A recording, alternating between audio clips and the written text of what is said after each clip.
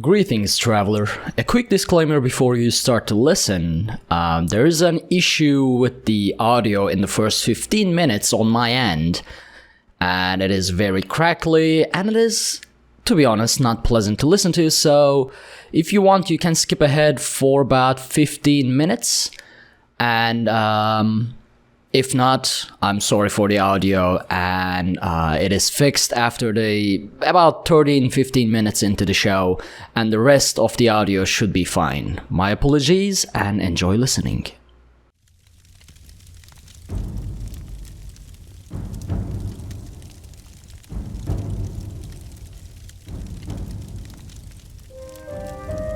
Greetings, weary traveler. Come, warm yourself by the fire and let us regale you with mighty tales, tales of adventure, tales of heroism, and of course, tales of Tamriel. I'm your host, Arkhaniir, and I'm joined by first, Lotus of Doom. How's it going, Lotus?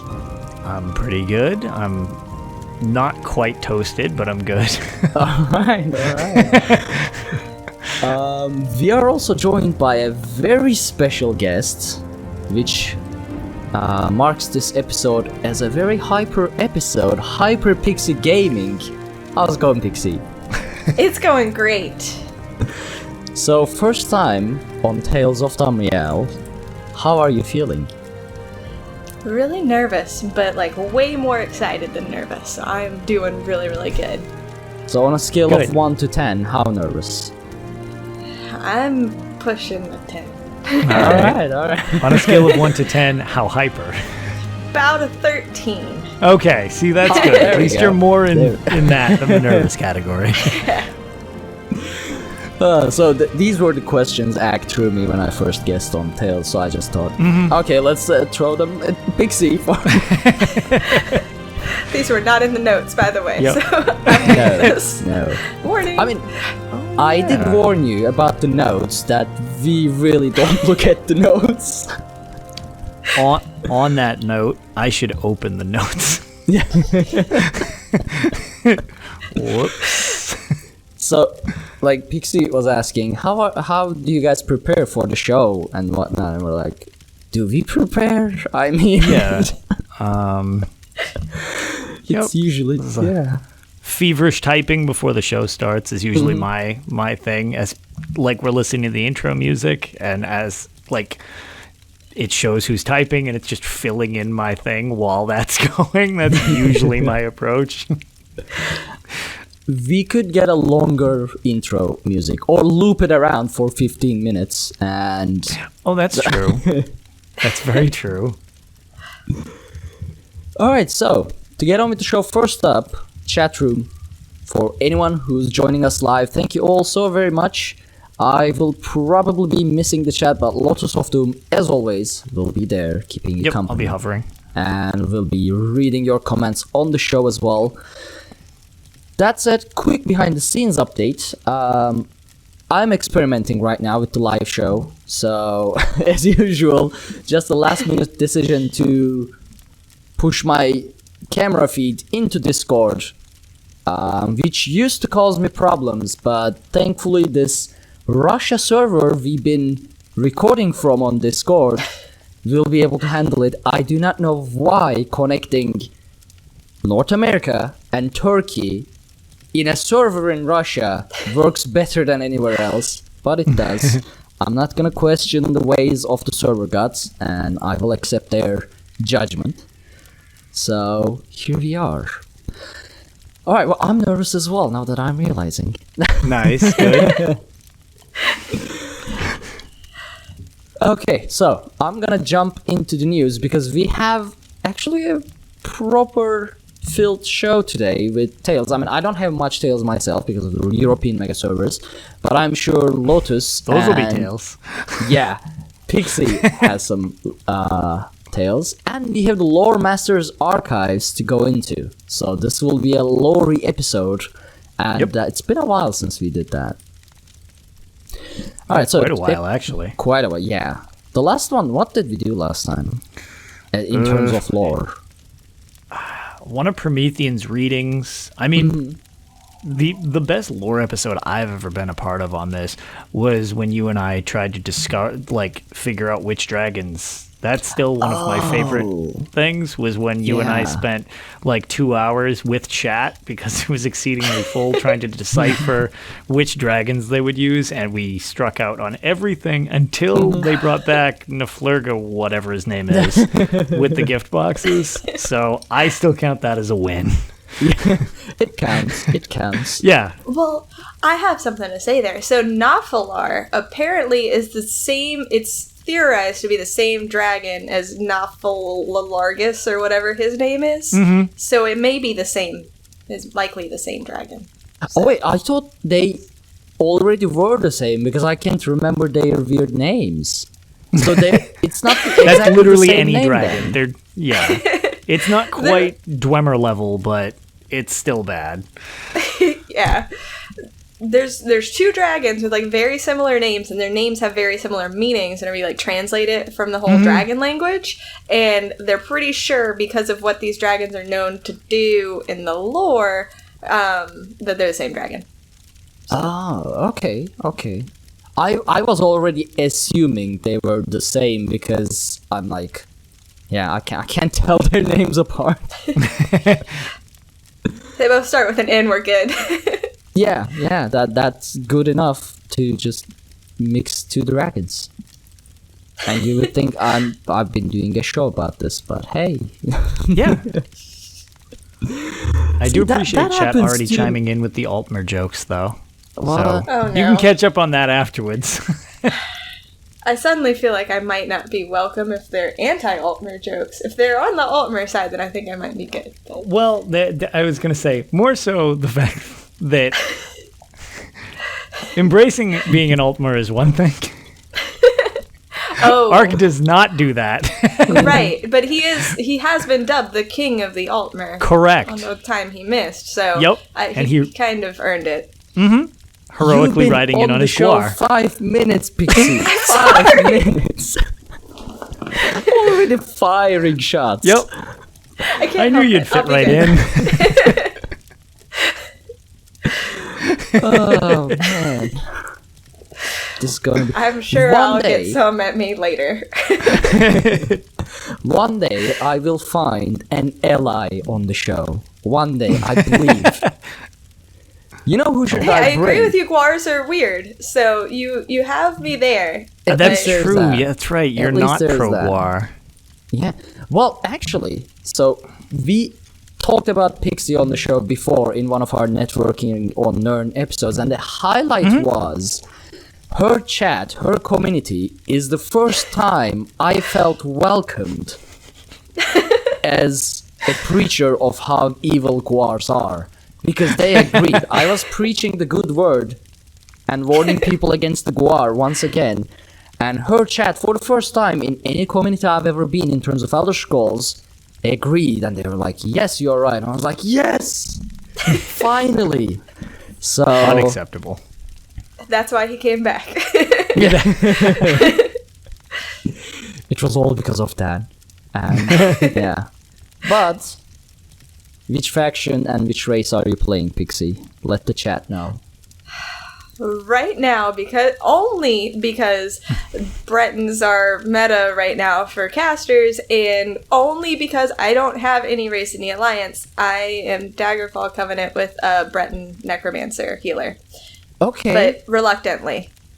No, Yeah, wait. that- This well- is a step in the right direction. Thank you for Yeah. the DPS changes, Zas. You saved one soul from playing a Dominion Altmer.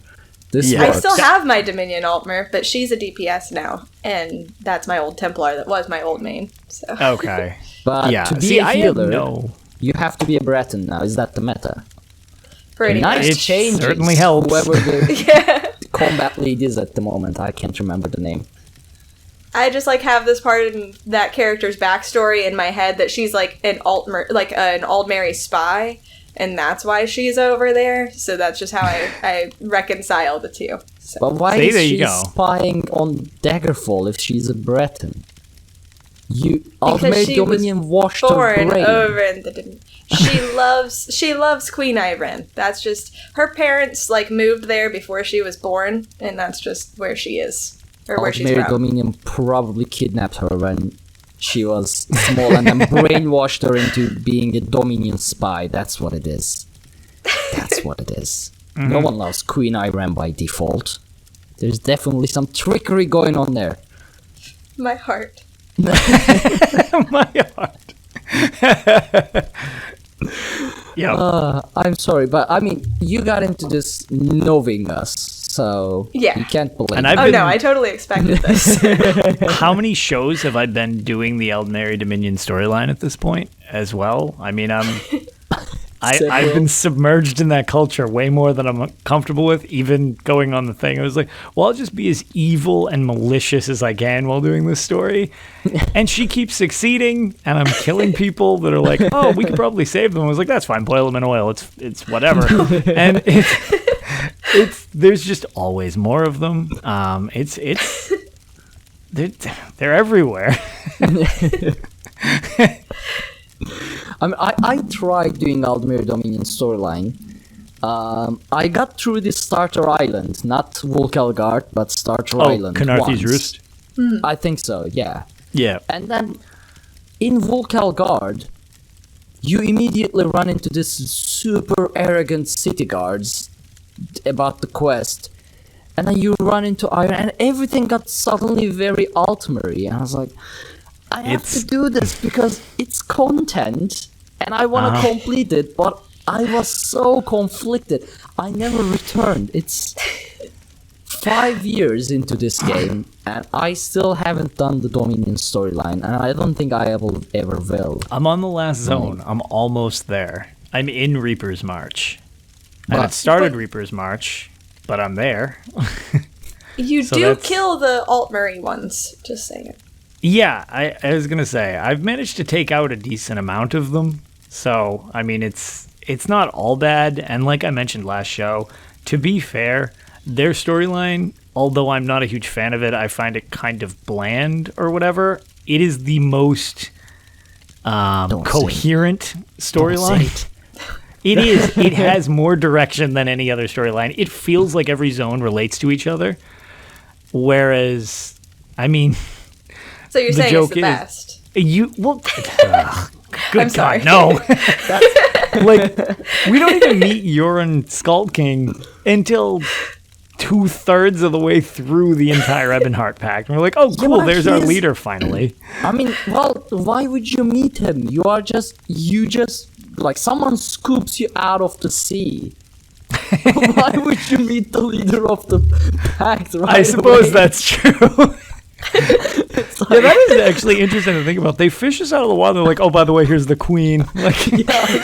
Like, all right, this is a step up. That's what I don't understand with Dominion storyline. Like, you have an audience with the queen, 2 quests into the Aldmir Dominion storyline. Why would you trust a Nord you picked up from the sea to meet your queen? Well, who does that? Because she is a woman of the people. That see. Is why. I mean, being a woman of the people doesn't necessarily mean you have to be dumb. You are at war. You are at war with the most portions of Skyrim and Nords, and one fisherman picks up a massive giant Nord wielding a greatsword from the sea and just brings it to you like, this seems safe. Here you go. You can have your weapon as well. Go have an audience with our leader. I mean, I guess it made more sense for me because my first tune was an Altmer, so it's like, oh, okay, I'm one of her own people, so it makes sense. Yeah, in hindsight, now that you say that, that is kind of interesting because it's my gold content.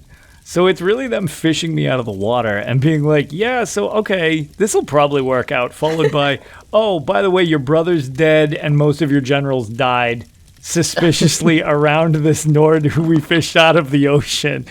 This will probably work itself out. So, Clan of Orphan just said, Ark, your mic is really bad today. I may have fixed it. Oh, is yours actually being weird for them too? Wait, well, has it been weird on Discord? It jumps in and out.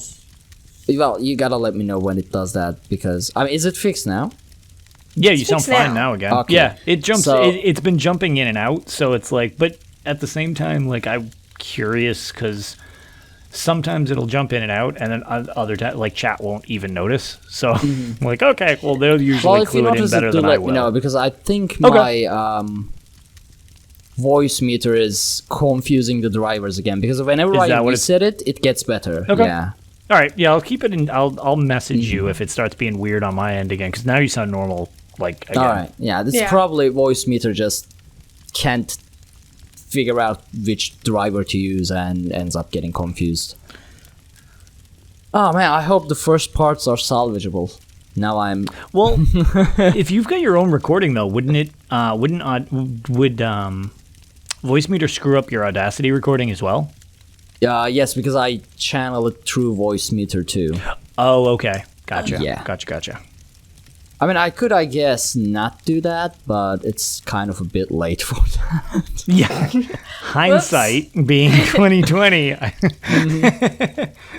mean, I did say this was gonna be an experimental Yeah, show. surprise everybody. Pretty much every show is experimental, but I'll figure it out. It's gonna We'll be stop fine. you next time. Yeah.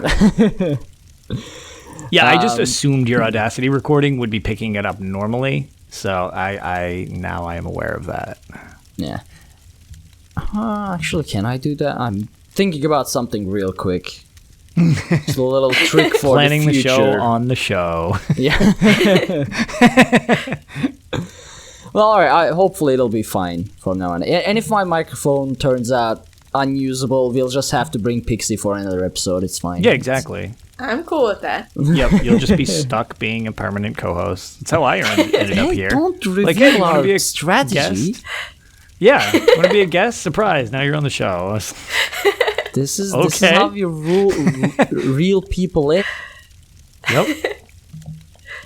You started as a guest, and what do you know? Your soul is sold to Molag Bal, the Danger Prince of Oh my podcasting. goodness. Dangerous. Is that what he's Is that the what prince of? Well, that's a better title than before. So there we go. We were supposed to go into the news, but here we are. Yeah. Sorry for derailing us there. No, it's- that's why you fit right in. 23 minutes Yeah. in, we're actually getting to the first segment of the show. A true Tales of Tamriel material right there. Alright, well, too long of a news, but we have important news. So, first up is a quick to mention, there's another free-to-play event coming up for Elder Scrolls Online, and it started actually 2 days ago, November 6th, Wednesday, and, well, it's 3 days, 4 days for me now, I don't know, anyway. And it will continue until November 13, Wednesday. So, by the time this episode is released, it might be too late. But Yeah, almost certainly. if you are watching us live, there's an free-to-play event going on, and you don't need to do any purchasing or anything like that. That was a quick to mention because, as I said, it will probably be done by the time this show releases. The second part is actually something I'm sure, Lotus, you'll be very happy about.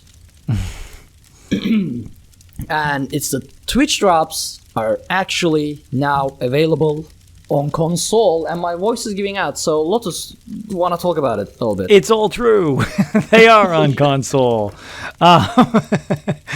And I mean, the running joke is, and it's also true, is I am trash at Fashion Scrolls Online. However, for everybody who is not, this is really great. A lot of people have wanted this for quite a while. It's been kind of a weird disparity between PC getting all this stuff and then us not.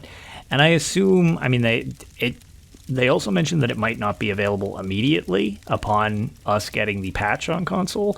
And, you know, to their credit, it was like instantly like, nope, it totally works, no delay. And I'm like, wow, all right, that even better. Like, and as is, since I tend to just kind of hover in people's streams when I'm available to, I've I've already gotten 2. It doesn't seem to retroactively give you the ones you previously got. So rip the 50 crates I had. Yeah. No. But oh well. I mean, whatever. It's fine. But yeah, since this started, when did you say was probably went live shortly after the patch went live on the 5th. Yeah. So I guess Tuesday. So we maybe got Twitch drops as of like Wednesday or Thursday. I've already gotten 2 that have redeemed. So I'm like, oh, okay, well, it's shucking them at us. So they definitely work. If you are on console and you haven't done this, just make sure to go in and link it on the Bethesda thing. It's super easy. It only takes a minute. We just basically get an extra tab like we're fancy PC folk now. And once it's connected, you're good. You just hover in streams and it chucks stuff at you. And you can... Basically, you just get a bunch of gems unless you really like potions or poisons. Yeah, I mean, gem side is... I don't know how many crown gems I have. I can buy maybe 2 Apex. No. Minus 4. I think I have like 600. And I don't even focus on trying to get it. Yeah, like getting them, following the schedule. And oh yeah, I was gonna say even with the because we've always had something different on console where you had to like kill something during like, oh, it's a Bethesda stream. Well, you don't have Twitch drops, so go poke something, and as long as you kill it, we'll send you crates or whatever. And that's how I bought the Pandanian style when they had those. That was like when I was like, oh, it's a motif, like which equates to me getting 50 achievement points for completing a motif. So I bought all of them so I didn't have to fish them out of the ocean. But that's like the only time I've ever spent crown gems. Just a note to Zos, because I know people there tend to listen to us as well. You should totally make these things giftable so I can give them to people. That would actually I would be like nice. to buy people stuff and send it to them because, again, I don't really do much with them, so I just have this mountain of them that I'm like, So lucky. It's probably only because I don't spend them, though. Like, if I actually spent them, I'd have nothing. Like, I'd be bankrupt. But, yeah, very cool addition. Kudos for them. It seems to like it went off without a hitch, too, which is pretty awesome. I originally started on console, so I'm really, really happy they're giving console the love they deserve. Yeah, you were Xbox originally, right? Originally, and then about 2.5 years in, I think, I switched to PS4, and I was with PS4 for a year before getting my PC and switching again. Oh, you hit the trifecta. Yeah, I have it everywhere. Oh, wow. Yeah, no. So many people have told me I need to switch, and if I'm allowed to transfer my account, I will switch because my computer can handle it. However, I cannot handle restarting. It's not so bad when you do it a couple times. We're gonna help you, Lotus. We are gonna throw gold at you and potions at you. Do it. And I have 1,200 CP I need to make up. And I'll honestly never have the dedication to go for Emperor again. Not gonna happen.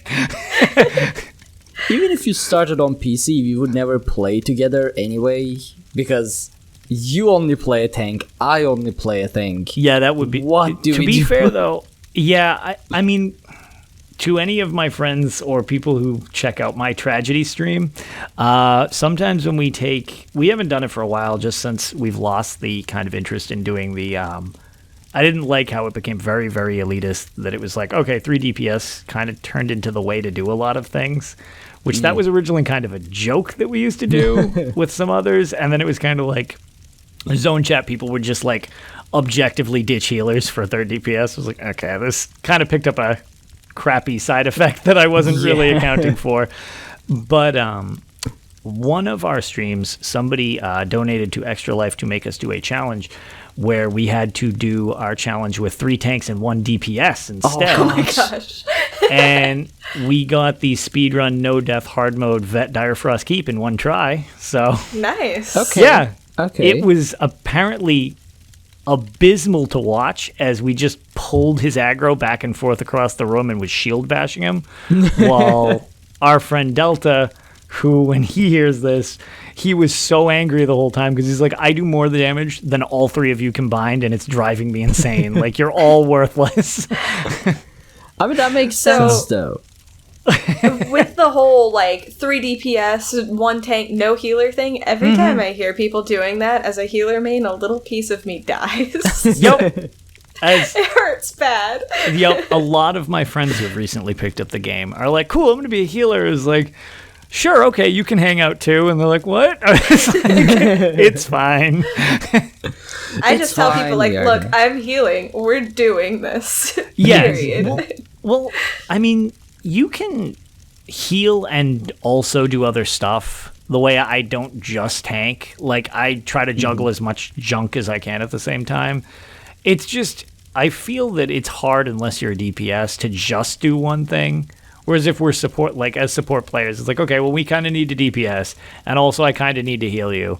Okay, and I also actually need to keep the aggro of this thing so it doesn't just start one-shotting everybody. It's like, we're just support characters. You're either DPS or you're support.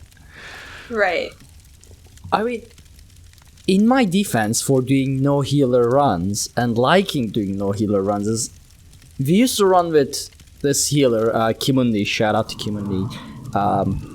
He started doing pro trial runs, so then he left us. But he wouldn't let me kill people. He wouldn't let me get killed by the bosses, because I sometimes do that. If you're not doing a specific challenge like speedrun or no death, I will just every now and then lose taunt by mistake totally, or just dodge roll into a DPS during a boss AoE and things like that for fun. And people get angry, obviously, but Kimundi wouldn't just let people die. I would just stop tanking entirely, and it would just keep everyone alive nonetheless. And I'm like, what am I doing here? So once he started doing trial runs, I was like, you know what? Lotus does something like this, I'm gonna do it too. At first I realized it was a very terrible idea because it was painful, but then you start liking that pain and frustration and suffering, and it grows on you.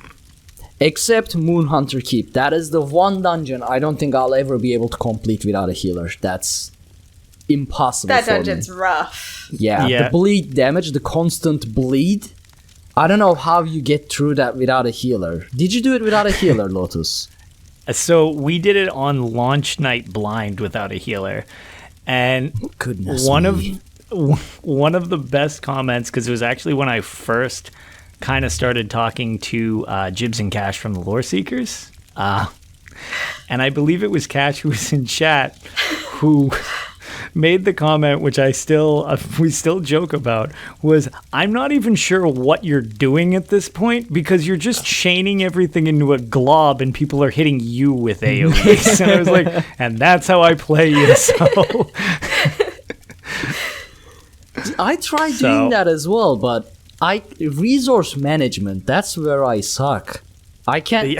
Like, when I pull 50 things on me and I'm bleeding because werewolves, and I have to dodge roll out of the one-shot AoEs, how do you keep the resources in check? I think at the time of that, my go-to was what's the monster set that dumps blood on you? It used to be really broken, Earthgore? And now it's just. Earthgore. Thank you. Mm-hmm. So I think I had that so that it just.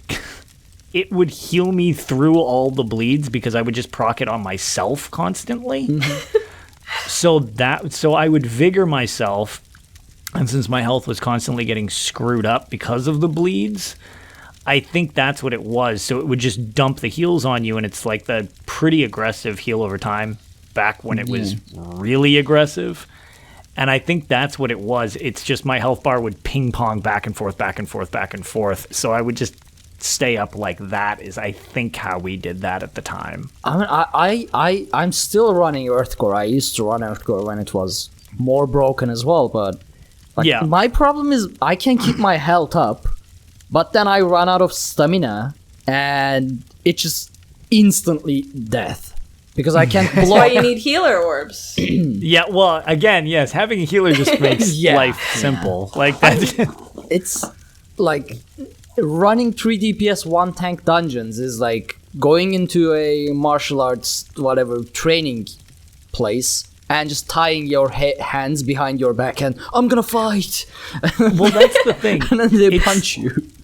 I always say it's very effective when you know you're going to do it, and it's the worst thing you can do to people if they don't know it's about to happen. Yeah. So like when you pug and you're like, yeah, I'm a healer as you're a DPS, and the tank's like, why is nobody healing me? And the DPSs are melting because they're just on fire all the time. It's like, you need to know you're going to do it without a DPS. I mean, without a healer. Otherwise, it just makes everybody's life awful. But if you go in and you're used to it, it's like, you just got to kind of all be on the same page and know people are going to do that, because you have to pull extra duty if you're going to do that. The second time I ever tanked a dungeon in my life, I ended up, now granted it was on normal, so it was like I could handle it, but I ended up in a situation where it was 3 DPS, somebody queued as a healer. I'm like, I'm not getting heals. Good thing I have potions. Yep. I mean, now my sets are aligned for healing as well. Like, especially if I drop Earthgore and Battalion Defender, which constantly heals someone as long as I'm blocking. Like, it heals the lowest. Things about that set. What? I can't say enough good things about that set. Yeah, they're going to nerf beautiful. it. They're going to take it away from me because my current build is borderline indestructible. And I'm like, this is not going to last. Like, Wait, I what can is your tank- current build? So I use Stone Shaper, Yolakrin, and Battalion Defender, and I can infinitely tank without support VSS main tank. Just, there's no threat of death. Like, none. Yolakrin, is that from the newest trial? It's from Sunspire. It gives you, it's man. I think it's health, and like it gives your team that damage, like weapon damage / spell damage buff. So right. both of them help your group, because if you don't need the heals, it detects the nearest person within 15 meters and heals them. And then Yolakrin, anytime you taunt, you give the party, I think it's like 159 weapon or spell damage. And then the Stone Shaper, every time you block, which is pretty much all you're supposed to be like doing in between stuff, when you get hit, it gives you back your resources, so that it allows you to continue to block, which Where heals does that you. drop? Which, one of the new DLCs. I've been so out of loop. Malatar, maybe? No, that's the Blades thing. Is it Frostvolt? It might be Frostvolt. Might be. I'll have to... Did you say Stonekeeper? Stone Shaper, I think is what it's called. Shaper. I don't know. Well, I'll take a look in the at meantime. it. Now I have to start farming again. I don't have enough people to run a trial with on the European Mega Server side. Guess I'll just pug Sunspire. Oh no! Don't pug Sunspire. Have fun with that one. Is it that bad on normal as well? On normal, it's not so bad. It's pretty doable on normal. okay. To be fair, it's not that bad on vet if people don't lie about how much damage they do. The ice boss is mechanics. The fire boss is a DPS test. So, Okay. like, if you don't pass the DPS check, you die. And more often than not, people are like, yeah, I do 70,000 DPS. It's like, do you? Because that Atronach doesn't have even that much health, and it's still up. Like, it should be dead in 1 second, and instead it's just floating around. So, yeah. So are normal, there any you like can do mechanics I have to learn for tanking? Speaking for normal, or can I just tank and spank everything? So, with one of my trials guilds, me and the other tank at the time, you can pretty much one tank if you have a like decent team on normal Sunspire. Normally, you want at least 2 tanks. I've never done the hard mode yet, but I've heard you need 3 if you're going to do hard mode. I've not cleared hard mode. I've just been goofing around with the vet. For main tanking, you just need all selfish durability, because that thing hits you like a freight train. It's simpler mechanics-wise to run main tank, but it hits way harder. Whereas off-tanking, you have a lot of work to do. Like, that's all about the mechanics, is the off-tank. You've got to kite the ice Atronachs into the, like, electric things during the frost fight. You have to kite a million Atronachs during the firefight. The only thing you need to keep in mind is a main tank, which just, like I said, go for main tank, you'll be fine. Is if you do it on vet, you kind of got to juggle a bit with the end boss. But yeah, if you're not doing it on vet,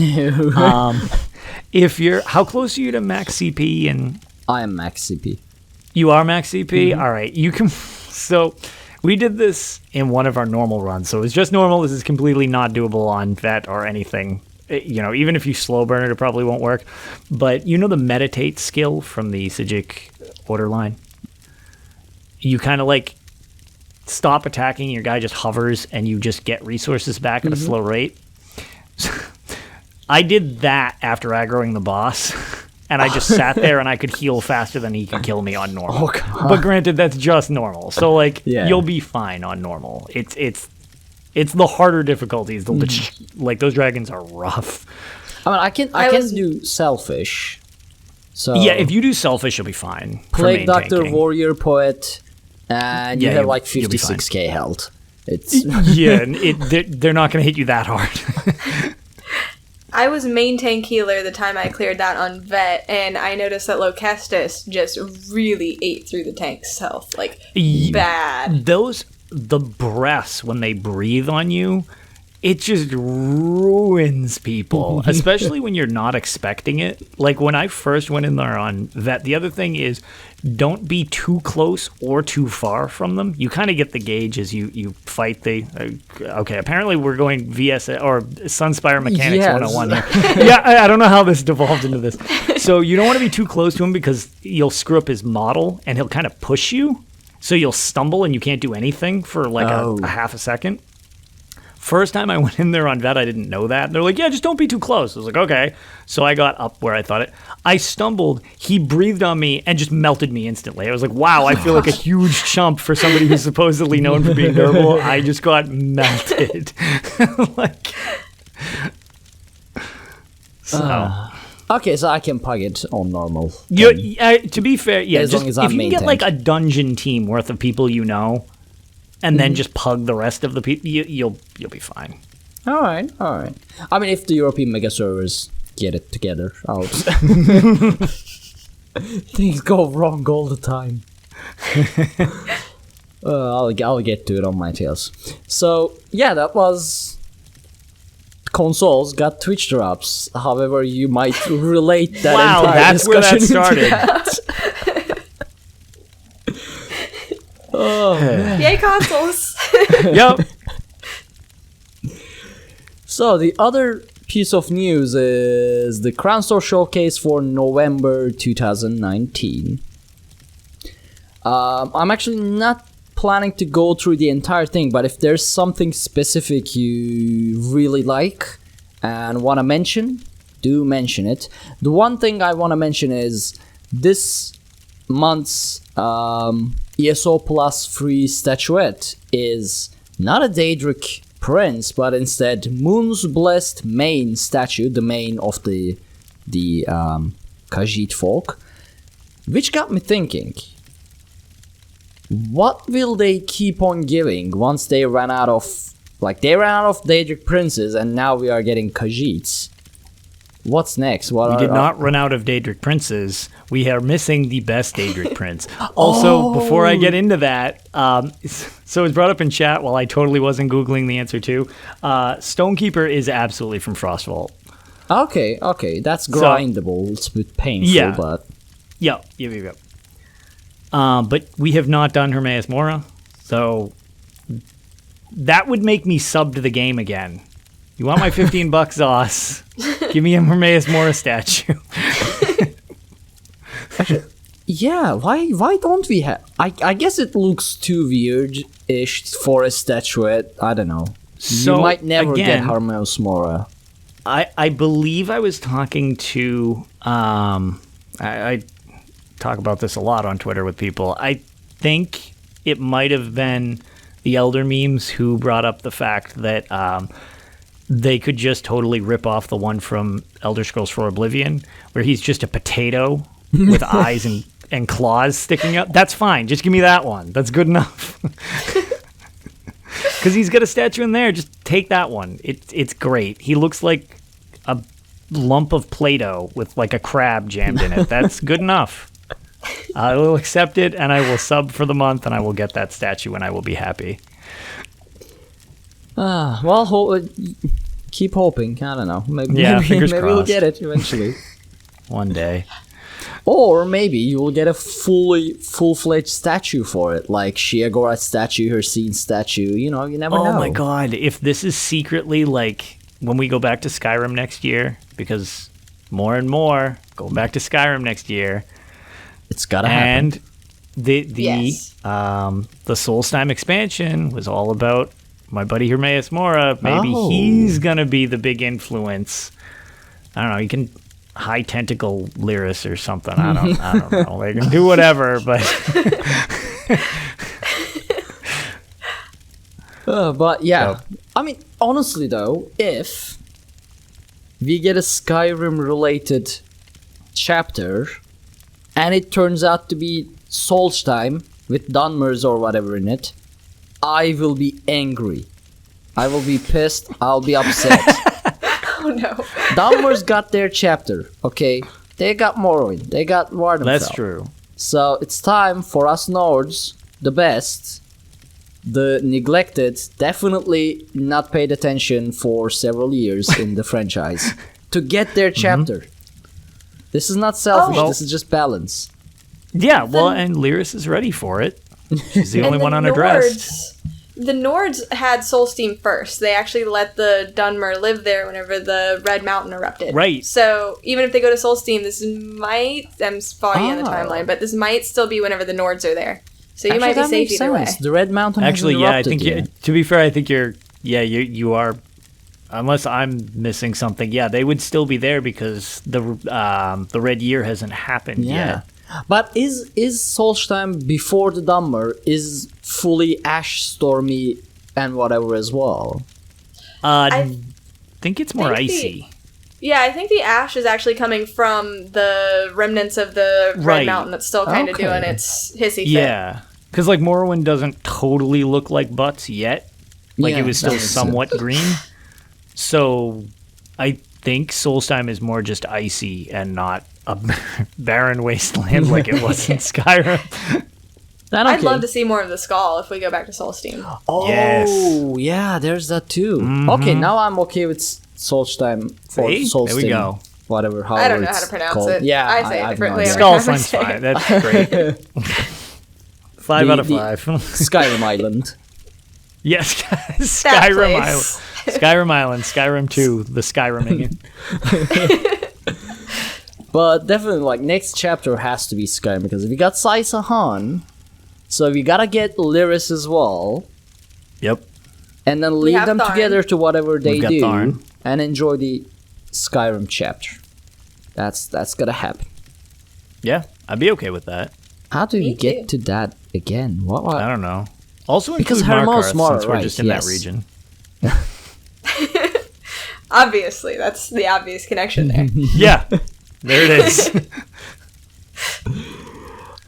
So in the Crown Store is this month's Elder Scrolls artifact is Fearstruct. Apparently carried by Lyrius while defeating the Akarius slave traders. I don't know, this is the first time I'm actually seeing this shield. I don't know from which game or where it is from. Oh wait, this was a limited time offer from November 4 to November 7. Never mind. It's in the past now. Yep. So if you lived in the past and got it, Yeah. that worked out. Congratulations. Yes. You can get Meyronus Razor, the Dagon dagger, as I call it, from November 20 to November 25. So at least keep that in mind, because apparently I can't keep. Well, yes, my brain They're just so stopped. limited we can't get a show out in the amount of time Yeah, exactly, that they're yeah. available. Like, even if it started today, with the amount of time it is limited to, I wouldn't be able to edit the show in time and release it. It's like they're making my job more difficult. Yeah. All right. Well. There's one returning furnishing pack. It's the Hubalajad's Final Treasure Furnishing Pack, which comes with that Air Atronax Samurai thing. Okay. And I really love that. I haven't gotten it, but I actually might. I don't know if it's a target dummy or if it just floats though. But it is very cool looking. And other than that, anything I want to mention from here? Not for There's me. that. Yeah, I was going to say there's the refabricated crafting motif, which is available in-game as well as on that. Which is kind of interesting because they're adding the trial motif, which was not in there prior for doing the Halls of Fabrication. So you can just buy it, or you can farm the Halls of Fabrication to get it. So it's guaranteed drop from completing the Veteran Hard mode of Halls of Fabrication. That's great and all, but I haven't been back in there since I completed Veteran Not Hard mode. I mean, I did it on normal once, and I was like, yeah, enough. That one is too MMO for me. I think that one was a little divisive because they also started doing very different ones after that one. That one felt very much like an MMO. Like, people have it, it seems like on much better farm mode now, but like back when I tried to do it, that was long. That was difficult. That was full of mechanics. I was like, this is too many things. Like, whereas the other ones, it's like even Craglorn or the Mauve Lorcage, it was like, okay, here's some mechanics, and this is challenging. But it was like, once you get it to a decent amount of time, it was, move. The Halls of Fabrication, they never ended. It's just like, if you had enough boss fights, how about more trash mobs? How about more trash mobs? It's like, no more. I mean, even, honestly, during one of the trash mobs, more people died than the previous 2 boss fights. They were coming from everywhere, and it was on normal. And we only had one person pugging. Well, that one person drive everyone insane, but especially our raid leader. But he was like, during the poison phase, apparently you shouldn't move. You have to stay still. And our raid leader was like, stop moving. And the guy was like, just twitching, left and right, left and right. And he was like, I'm not moving. As he said that he was twitching left and right. From? Oh my god, it was insane. Yeah, you've mentioned that story. I didn't realize it was the Halls of Fabrication that was from. Yeah, you don't at the end with the electric thing. Yeah, you don't want to move because you'll get off. Oh my lord, yeah. He was killing. He was like, left, right, left, right, left, right. And I was like, I'm not moving. And I was like, left, right, left, right. Terrible. That's like how I tend to play. I've never been in Halls of Fabrication, so I haven't dealt with that mechanic. Really? So maybe that'll break the twitchy habit I have. I just want something to do with my hands. Yeah, the end of that is not movement friendly at parts. I mean, sometimes you have to like scatter around and stuff, but yeah, when you're standing on the center, I don't know what you'd call it, ring, dial, whatever it's called, you want to stay on it. Because if you start moving outside it, you're going to get blasted, and it's like, it's been a while since I've run that one, but there's a motif for people who like that trial. Yeah. Well, I like the motif. I haven't done the trial. Well, actually, I mean, we probably said this so many times, but stuff like this is a guaranteed drop from Veteran Hard Mode Halls of Fabrication, so it's a very important reward for completing something very difficult. Super extremely difficult. So this being in Crown Store upsets me. I mean, I will never be good enough to complete Veteran Hard Mode Halls of Fabrication. But I would rather not have this than and keep it exclusive to people, who actually have cleared it, manage clearing it. I can see that. So the thing is, at least if it has anything to do with the other ones, like Sunspire, because there was the Sunspire motif. There's also the one for the Honor Guard in the Black Rose Prison. There is something of a chance to get it on normal. There's a better chance on vet, and there's a guaranteed chance on vet hard mode. Okay. Well, okay, then... I've gotten pieces of the Sunspire one on normal, and I did not get one on vet. So I'm like, okay, well, great. So this is... I mean, it's just RNG. But I didn't do vet hard mode, but I've gotten more pieces on normal Sunspire than I have on vet Sunspire. I just want to say something, though. Clearing the trial on veteran hard mode, I think, if I'm understanding this right, doesn't drop the entire motif book. Well, no, it's a page. One page. So that would be 16 clears if you get a different page every time. Oh, man. Oh, okay. Uh-huh.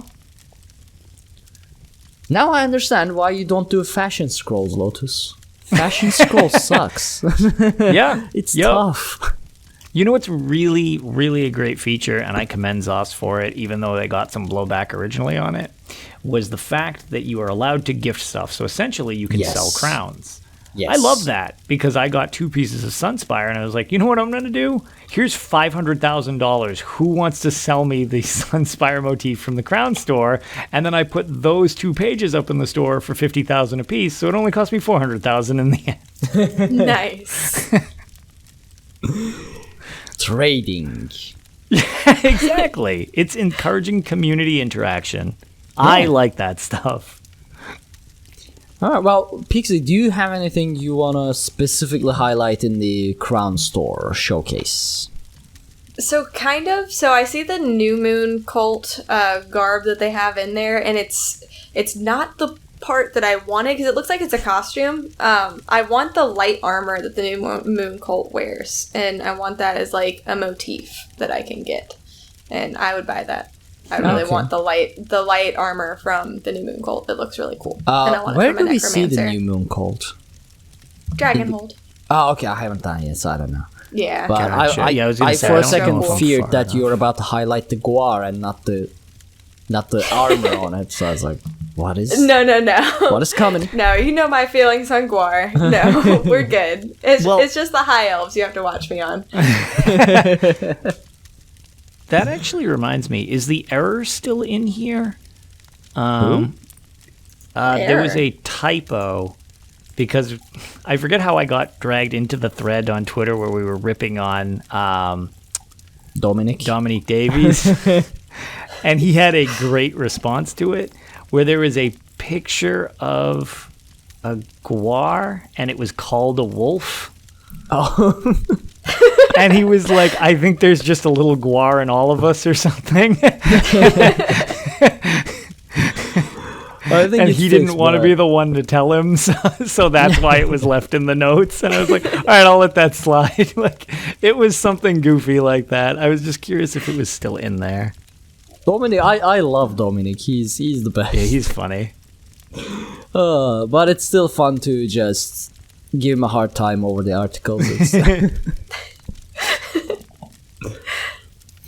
Alright, so those were the news that we have. You know what? I don't know if this is a Crown Store thing, but this is... Avi actually brought this up a while ago when it was on the PTS, and I don't know if we ever actually addressed it too much. There is one thing, it's kind of off to the side if you look at it in the thing. The Bristleneck Warboar. Mm-hmm. It is 1,200 crowns. It is a pet that when you buy him, he gives you 5 inventory slots across all of your characters. Oh, is it this one? I did not read that. That is him. Oh. Well, now I want it. Now I'm That's against why I wanted it. to bring this up. Yeah, that's why I wanted to bring this up. I want him, yes, but I'm still against it. Like, I'll probably buy it. Yeah, well, purchasing, is, but though, I'm purchasing with anger. Yeah. Does it only give you the bonus inventory when it is activated? So, I assume no. I actually don't know for sure, but so the reason I assume no is because it gives you 5 inventory slots across all characters. So theoretically, what if you just equipped it on like some random crafting chud And it's like, Yeah. okay, my main now has this. I'm not sure exactly because I don't have it. Also, the bonus from this, does it double with ESO Plus? It does not, from my understanding. It is literally just 5 potential. So you can walk around with 205, because it's just your person. Like, it's your personal inventory, because he's got little backpacks on him. So essentially, you can have 205 inventory slots if you purchase him. And he is 1,200 crowns, that is steep. Yeah, now that That I'm makes thinking me- about it, for just 5 inventory space, 1,200 crowns, it's kind of on the expensive side. It is a cool looking pig, though. Also, It is. yeah, no, he's neat looking. Also, oh man, I've never actually tried to pronounce his name from chat. You know what? We're just gonna call you Bob because I don't even want to remotely. We'll go with Bob Chicken because I know that's what it's based on, and that's what your image is on Twitter. So I'm gonna just go with that. Yeah, he says that once you buy it, it activates. Okay. So Okay. you don't need to have him equipped. It's literally for owning him. I mean, So if you're since, like, using... they're... Yeah, go ahead. Since their whole thing is, it has a backpack, so you have 5 extra inventory slots. That does make me wish that they would have implemented that with the Undaunted scamp that you get from the Vet Moongrave Fane Clear, because he has a backpack, so you can stick stuff in his backpack. I mean, actually pretty forgot we much even got all that of guy. the mounts, when you have the not speed, carrying capacity the at capacity. 20, Yeah. they get bags. Yes, They and all then when do. you get it 40 and 60, they add more Oh, but they are bags. mounts. Yeah, this is a pet. Right, they're those are mount. mounts. Okay, yeah, that So makes it sense. kinda- You already but it- get 60 from mounts. That makes sense. Yeah, so I don't know. That's a lot of people run up in arms, obviously, at first. And like I said, shout out to Avi who brought this to my attention originally on PTS when he was just like, this seems weird. And I agree. This seems weird that that's there. I mean, I see this as a step in the wrong direction. Like, Yes. not necessarily a bad thing, because 5 inventory space, and it's inventory space. We already have crafting bags for like ESO Plus, Ease of and item management extra bank stuff, space right. for ESO Plus and things like that. So, giving inventory space is totally fine, in my opinion, for crowns. But like, let's keep it inventory space and cosmetics around that area. Yes. Cosmetics, or how they've always done food. Yeah, it's better than nothing, but it's not as good as a master crafter can make. Yeah, You know, it's like, okay, that's fine. I have heard, although I can't confirm because I don't use poisons, I've heard that the crown poisons are like matching what master crafters can make. I guess they got buffed, so they're less crap, but they like are really, really buffed. Though I don't want to confirm or deny that because again, I don't use poisons. Yeah, So, I like, don't know either. I don't know. So that could be true or that could just be hearsay. Yeah, But yeah, I'll have to I don't know. check. That one's a little awkward. I mean, as long as nothing in the crown store makes you more combatively, like not right. I mean, is You get 5 quality of resistance life from this pig. easy, Like, yeah. doing Right. stuff easy, that's fine. But as long as it doesn't Sure. give you an edge in combat, whatever, Yeah, just throw it not in being there. able to If I pick have up the money, I'll inventory. get it. Yeah. So again, like you said, kind of a step in the wrong direction, but it's not like, oh, this is awful. Like I hate Oh, this yeah. or anything like that. One thing though, don't do limited offers, Zos. I can barely keep track of the news enough to make a show. Right. Yeah. I can keep track of the limited edition stuff, so I can buy them. I mean, this time I bought crowns. Like, I went ahead and got the biggest crown pack available last Yeah. sale, so that I can buy limited time stuff. But I miss limited time stuff. That's the problem. Now I have crowns, but I can't keep track of them. So I don't know. Send me a notification or something. I'll give you my phone number. Just message me when there's fun stuff. So that was the end of the news. Which brings us to... I'm actually going to go into Tales first and lore later. So that we can do lore until I'm falling asleep or you guys are falling asleep. Or both. So I'll actually go first for Tales because I don't have them. Instead, I'll give an update on what happened to European mega servers again. So with the Dragonhold DLC release, the servers went into maintenance and then they went back up, and very immediately shortly after, European mega servers just crashed once again. So they were pulled into maintenance once more, and after a long time they got out of the maintenance and people weren't able to log in. People who logged in got disconnected. There were insane loading times. Dungeon Finder wasn't working. And the new Dungeon Finder, that is, the completely rewritten Group Finder is completely broken on European Mega Server. So I was like, okay, well, once people start getting off the server, I'll go back in. So I gave it a week or two now, I think, since Dragonhold's release, or maybe more, I'm actually not sure. And last week I went into the game again. I got reacquainted with my bank, my inventory, did some organizing, chat with people, and got disconnected from the server. I relogged. I got stuck at an infinite loading screen, so I closed the game, reopened it, queued for a dungeon with Isha for 45 minutes, nothing came up, and got disconnected again, so I dropped it once more. So until the servers are stabilized, at least European Mega servers are stabilized, I'll not be playing ESO again, I think. But I am back in ESO. The good news is that I am back in ESO as soon as European Mega servers are not throwing me out every time I'm in there.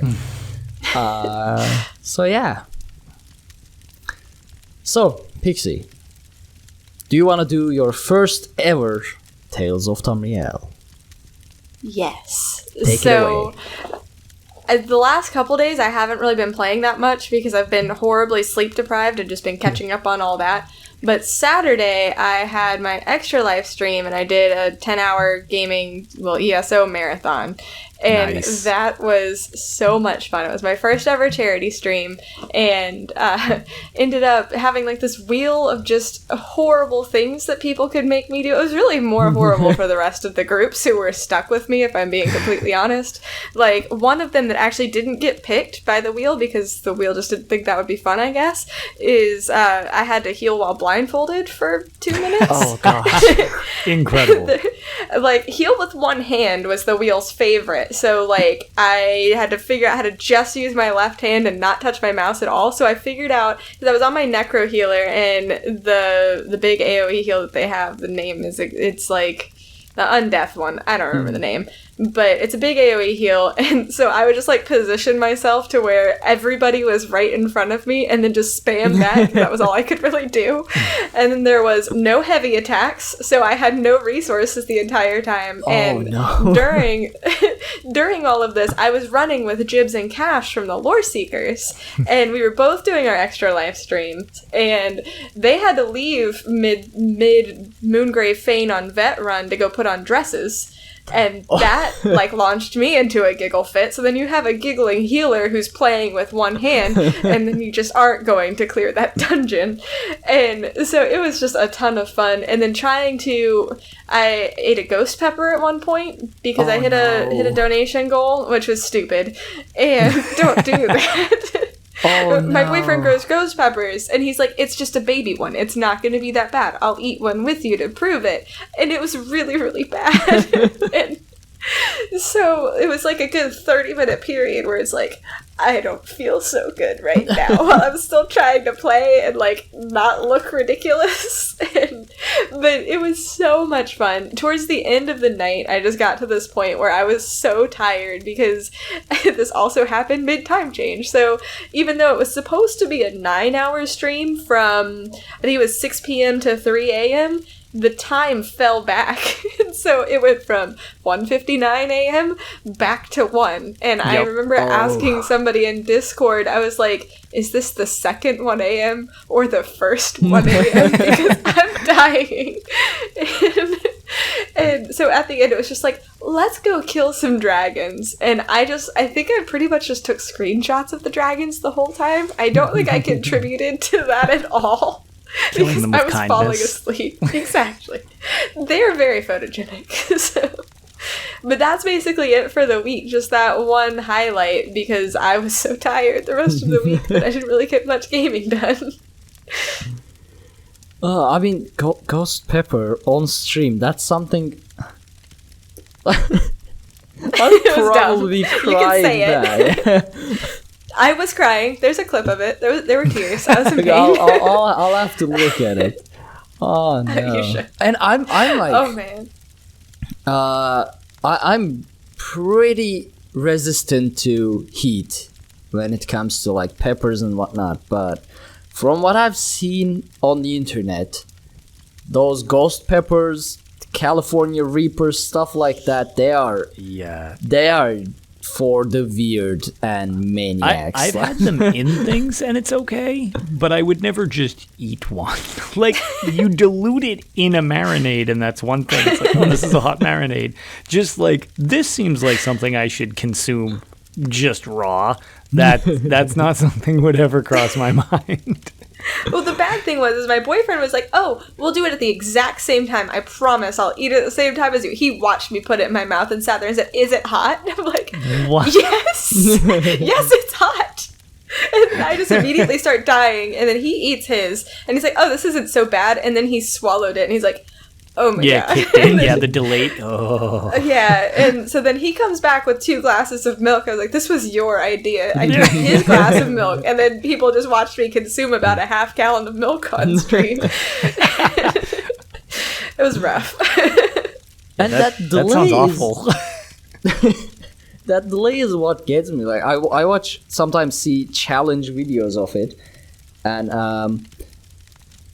it's like people eat, I don't know, like California Reaper or whatever at first, and they're like, okay, this is not bad. And then they start coughing, and the video skips, and you see them in a hospital bed, like, getting an IV shot. It's like... Yeah, so, like, the first 2 bites, I was like, okay, maybe he's right. Maybe this one, because it was still green, so it's like a baby. And so the first 2 bites, I'm like, maybe I can do this. This might be okay. And then at the 3rd bite, I'm like, I've made a terrible mistake. What did I do? And then after I swallowed it, whenever I would, like, breathe out, because, like, suddenly I was also, like, getting over a cold, so I was really congested. So, like, I breathed out through my mouth, and I just felt like the world's crappiest dragon, and it was just horrible. My whole mouth lit on fire. I was like, oh, no, I can't do this. And I gargled with milk, and it didn't help, and it was just bad. And I was gonna say, I mean, you really love dragons, so you kind of turned into yeah. one, but I think I was like, at one point, I'm pretty sure I said something along the lines of, I really love dragons, but not this much. This is too far. Not enough to turn into one painfully. One thing I'm gonna ask, you mentioned pre-show, there are new dragon types with Dragonhold. Yes.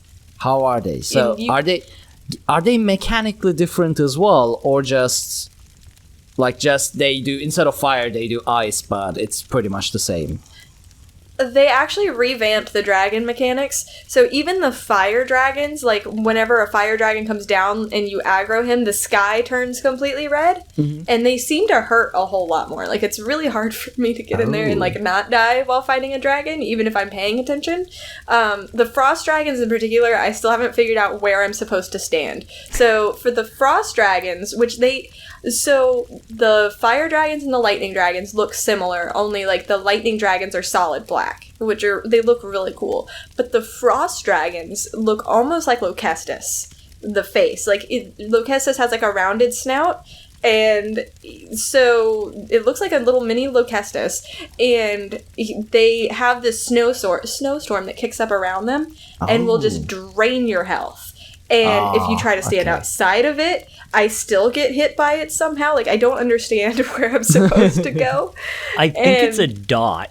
Like, once you get touched by it, I think it lingers for a few seconds. So even when you bail, you need to self-heal yourself. Self-heal yourself, yeah, that's a lot of words. You need to self-heal through the dot afterwards. Because once you're clear of the AoE, I think it follows you for a few seconds. Because I've noticed that too. It's like, oh, cool, this is just going to stay on me? That's nice, I guess. Like... And then the lightning dragon will have like these lightning pools that kind of, so I think it's Tempest Island has something similar with the Atronach boss, where it'll have like a lightning pool that'll like go around and hit you, and it's like that mechanic again with the lightning dragons. And then they also, it's really cool because whenever they fly up, they have this little lightning cloud that they get into, and it's really cool for screenshots because you see the silhouette of the dragon behind the lightnings. I like to take pictures, so it's really cool. And they are also now found in Northern elsewhere, so you don't just have to go to Palatine to see it. Okay. Now I'm excited to go do some dragon hunting. Because, I mean, the fire ones were fun, but it got, like, repetitive a little bit really fast because everyone was grinding them so hard and they were dying pretty quickly because 50 people were attacking them. So I would really like to know what the kill count is because they keep these types of stats. I want to know what the dragon kill death ratio is because I bet they're strongly in the positives and the humans are strongly in the negatives because I mean, to what Pixie was saying, like, those things, they crawl around now, which like they want, you know how when they land they would just sit in place. The fact that they move around now is pretty interesting because if you tank it and you want to be a jerk, you can tank it into all the squishy DPSs. I can? And the dragon will follow you. And it will just... Man. You will just mow down people with those AoEs. Now I have a plan.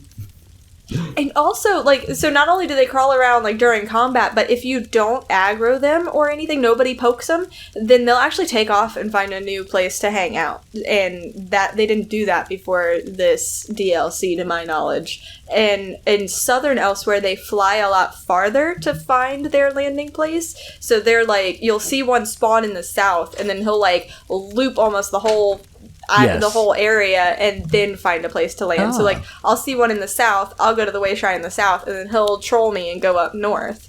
And so I'm having to jump again. And that's one more reason to kill it. Yeah, I'm really bad at tracking. I'm like, oh, cool. And I'll, like, stand there, and it'll just be like, bye. And it'll just fly overhead. I'm like, well, this is a waste of time. Like, it's clearly just leaving. That's great. Like... I had a really great time, like, I was in the middle of the map and saw one just fly overhead, and then just like, tracking it without, like, watching the icon on my map and just following it was so much fun for me, because it actually felt like I was hunting a dragon, like, tracking and hunting this thing, and it made it, like, really immersive for me, and I really enjoyed that a lot. They're much more dynamic. They do see... I like the fact that they hit a lot harder. They do the Sunspire breath attack, too, which is kind of fun. Because, again, I mean, I am clearly a hero in Tamriel and not just a griefing jerk. But if you aggro it and it starts doing the breath attack, where it's just like the Frost Dragon, for example, it would just blast a cone of ice, which you just block through, and it just, like, keeps ticking against you. If you kind of sidestep, you can sidestep, and the conal attack goes through you as well as hitting you. So if people are behind you, it will hit them as well. And if you have aggro, you can kind of steer its head back and forth, so you can just sidestep right in front of a bunch of people, and even though you're blocking, they'll think you've got this, and it will just eviscerate everybody behind you, and you turn around and it's just ghosts everywhere. I mean, next time I fight a dragon and a lot of people die, you cannot use this episode as an... evidence as to my intentions. Because I don't do these things. I'm saying things you shouldn't do. I'm not gonna do it. Definitely 100%. Absolutely. I am a tank at first, not a troll. Definitely 100%. I will not do this. It will be fine. I will keep everybody alive and don't get anyone killed. Yep. That's certainly what I always strive for. Well, Definitely. another thing on that wheel of mine was healer tank, where I had to slot inner fire. Oh, nice. boss. That'll go well when you're not geared for that. I was in all light armor, and I think I had a heavy Sure. helm and like some medium shoulders. So it was the gargoyle cat boss from Moongrave Fane with all the lava. I'm like, come at me, big boy. Yeah, good luck I don't know with what that. I'm gonna do now. Oh man, I died so fast. That gargoyle punches That me is a to the ground with heavy like bleed if he 46k hits you with health. that. Oh yeah, if that thing hits you with a heavy attack and you don't dodge it, it's like, by the way, here's a ton of damage. Also, you have like an 8k damaged bleed. It's like, oh, lovely. Even through the shield, if you don't dodge it, it's like, Oh yeah, that's- you just lost half your body now. You're just a head. yeah. That's what. It's like the I hate Villager's gargoyles. heavy attack. It was just the bleeds, or so actually Black Rose Prison, when you have to do a whole bunch of the gargoyles in Arena 3. And it's Never just like made they're it to all Arena heavy 3. attacking at once, and it's like, no, please. It's like I can't dodge in two directions at the same time. See, this is why I Yeah. like tanking in ESO. One mistake and someone smacks you to your oblivion. It's like, No, yeah, it's no matter how tough you are, it's always immediately slapping you back down. You're like, nah, there's Yeah. a one shot. It's like, well, the worst thing is, it seems like recently, it's not one shots. It's a very heavy shot that it's like, oh, by the way, now you're slowly going to bleed to death in an embarrassing way that makes everyone know you failed. It's like, oh, I think that's because they are like, I mean, in the previous, like last year's dungeon DLCs, you could really tank everything without a healer. Because everything Yes. dealt specific, a certain amount of damage, and with tank's mitigation, you can just block right through it and Right. pop a vigor and you would be fine. But now, with dungeons like Moonhunter Keep and whatnot, there is so much damage over time, I can't heal it. Yes. And I can't Yeah. block damage over time, it just deals damage. And it's like, I'm slowly dying, and I'm like, looking at the healer, I'm sorry. I'm Yeah, sorry yeah. I didn't watch you. Please keep me alive.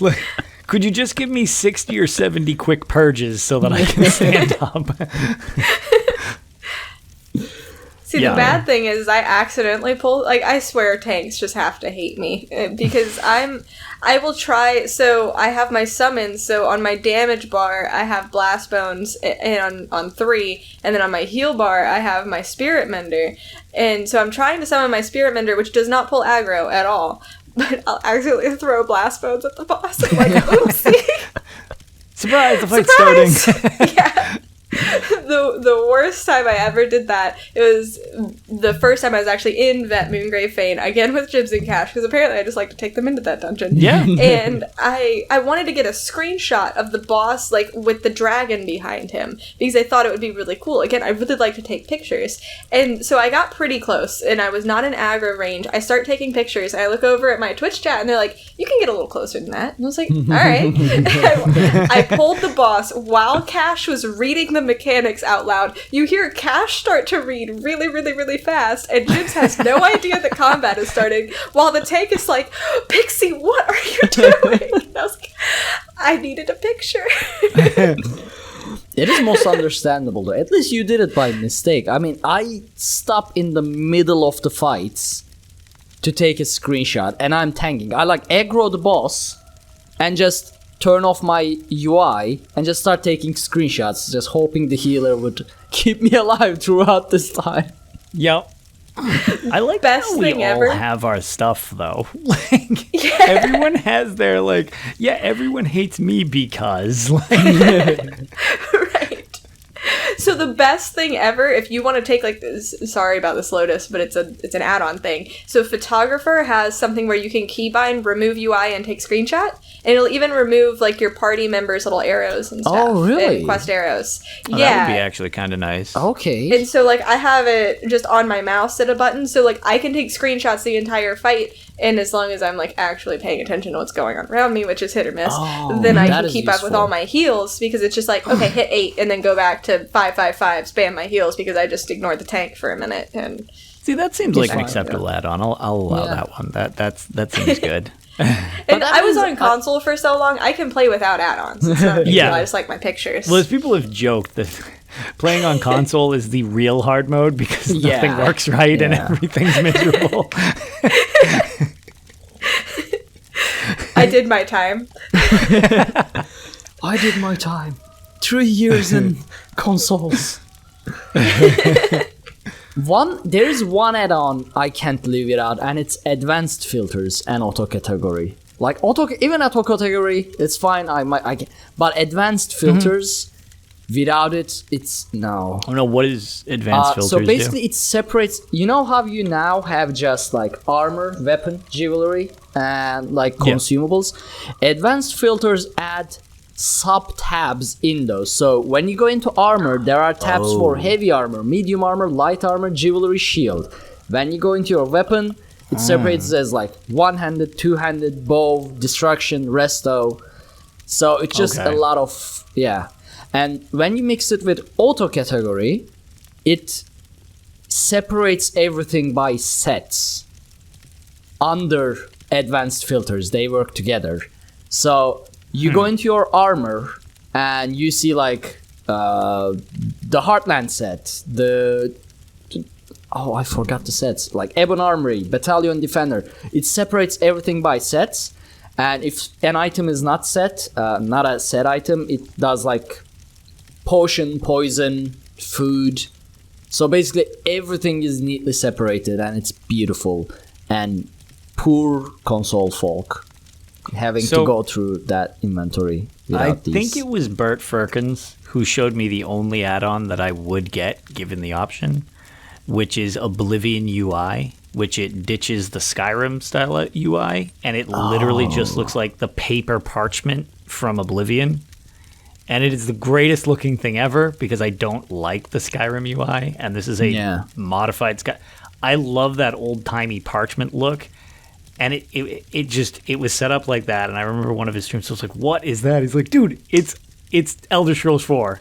Somebody made the mod." I was like, "I would get that the second that was available. That is incredible." See, I've never heard of any of these add-ons, so I'm still kind of new to the whole add-on thing. So now I have stuff to install later. I mean, auto category and advanced filters, Pixie, they are fantastic. They reduce your inventory management time by a lot. I couldn't think of a number. It's significant. Yes. So, Lotus. Tales. All right. Yeah, so I did a bunch of the event. I got all of the junk from the event. I sold some of the stuff from the event. We did not really have any issues on console with the crashing and the fires and all that stuff. Yeah, which was a nice North change American of pace. Mega server. Yes, well, just in general, I was amazed that cause I just assumed that it was coming, and we didn't get anything. So we got a free extension to it, which is pretty awesome.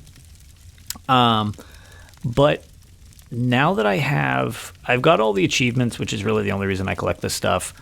I collected all the weird outfit style things, the gold ones that you can't sell, those. So like I got all those as well. I completed the skeletal marionette or whatever. So I have a whole bunch of those ticket things because I don't know what to spend them on. And I'm actually building one of these Indrik things again because I don't know what to do with all my tickets. I own everything else. You can get furnishing, but...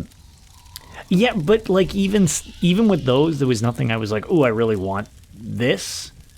You can say for the next event in case you. Well, that's the thing. I hit cap already. From and so I was like, well, I'm at 12, so what do? I was like, I guess I'll buy one of these berry things, and then I awkwardly have like part of an Indrik build. I was like, all right, whatever. I guess one day I'll have a second Indrik apparently. So that's a plus. But pretty much all I've done since the launch of Dragonhold on console is I started the quest, but then I've been doing the repeatables with people, roaming around, killing dragons, stuff like that. I definitely like the new dragons because they're more challenging. When it dropped, we got to get the DPS apocalypse that you guys have been talking about on PC for a while. So I was curious if it was a huge disaster for us as well. The answer is yes. People have lost a lot of DPS, but we decided to test it out with just some random stuff. So one of my trials guilds and one of my buddies who we work weird hours, so we don't get to group too much. But he's, a really good player. So we're like, oh, let's just group up. And I don't know what are some challenges people need. And so we decided to go for the trifecta in Falkreath Hold, just speedrun, no death, hard mode, just boom, boom, boom, boom. And we did it in one try. And I was like, well, okay, the DPS still seems somewhat on point. So one of my buddies was like, oh, cool, I got a free skin out of this damage testing. And I had posted the video clip of us going like, okay, well, what else can we get for somebody? So we went in because people didn't have hard mode Bloodroot Forge. And we went in and we melted that in one try as well. So I'm like, okay, it's definitely a nerf, because then when people were doing dummy testing, they're like, oh god, my DPS, that looks horrible. I was like, okay, we've gotten the nerf, but in practice, in at least mid-tier dungeons, it didn't seem too big of an issue. We didn't have time to start doing challenges, but I blew through with a group on, what's the blue one? Not Moongrave Fane, the other one. Layer of Marselok. Layer of Marselok. We melted that as well. So I was like, okay, I kind of want to go in and try all the challenges on that now to see if it's a noteworthy difficult thing. Because no deathing on that. For that fourth fight where you've got all the Celine's putting the spiders up the wall, somebody always gets bopped during that fight because it's just chaos. But we melted through stuff to the point where I don't main a damage. I've been goofing around with damaging. I haven't done a new DPS test on Guaranir yet. I'll update you, Ark, soon. Don't worry about it. But he's pretty well geared. Got through an episode without you mentioning. So he's in False Gods and what do I have him in? False Gods and the Night Mothers stuff with Zahn's helmet. So he's pretty well in geared. Not all perfect traits, but I got the rest of his junk. So I'll have to see if I can do a DPS test with him, because that's not my claim to fame whatsoever. But with the people I was running dungeons with, even though they noticed a substantial hit to their damage, according to dummy stats, we didn't feel that it made a huge impact on us clearing stuff. It might be different for trials when you have bigger numbers and more people needing to do that, but dungeon-wise at least, it just still felt fine. It was challenging, but it was okay, well, we just need to pay attention. And I tend to... Anybody who watches my streams knows that I'm lazy and don't like repairing gear because it's expensive and I'm cheap. So I will go into dungeons with a decent chunk of my gear just broken and uncharged on screen, and it drives people insane.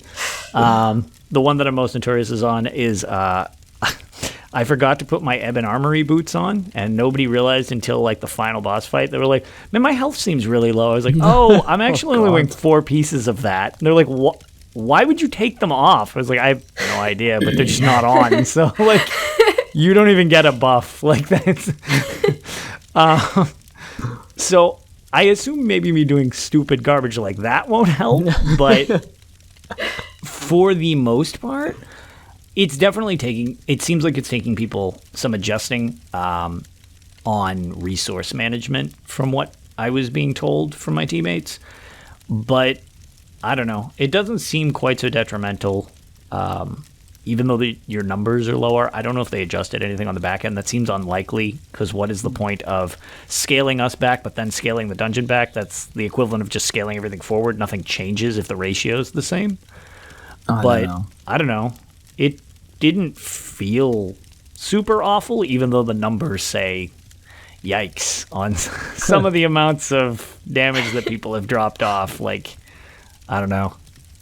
But yeah, that was pretty much all I've had time to do, is just some dungeon farming stuff and kind of testing that. I haven't done any of the story for Dragonhold yet. I really need to get it. Like, maybe tomorrow I should sit down. Pixie, you finished Dragonhold, yeah?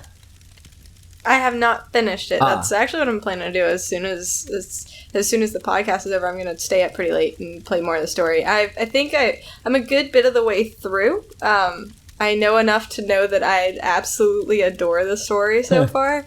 But without spoilers, I love it so much. You should definitely play it. How many hours are you into the story, do you think?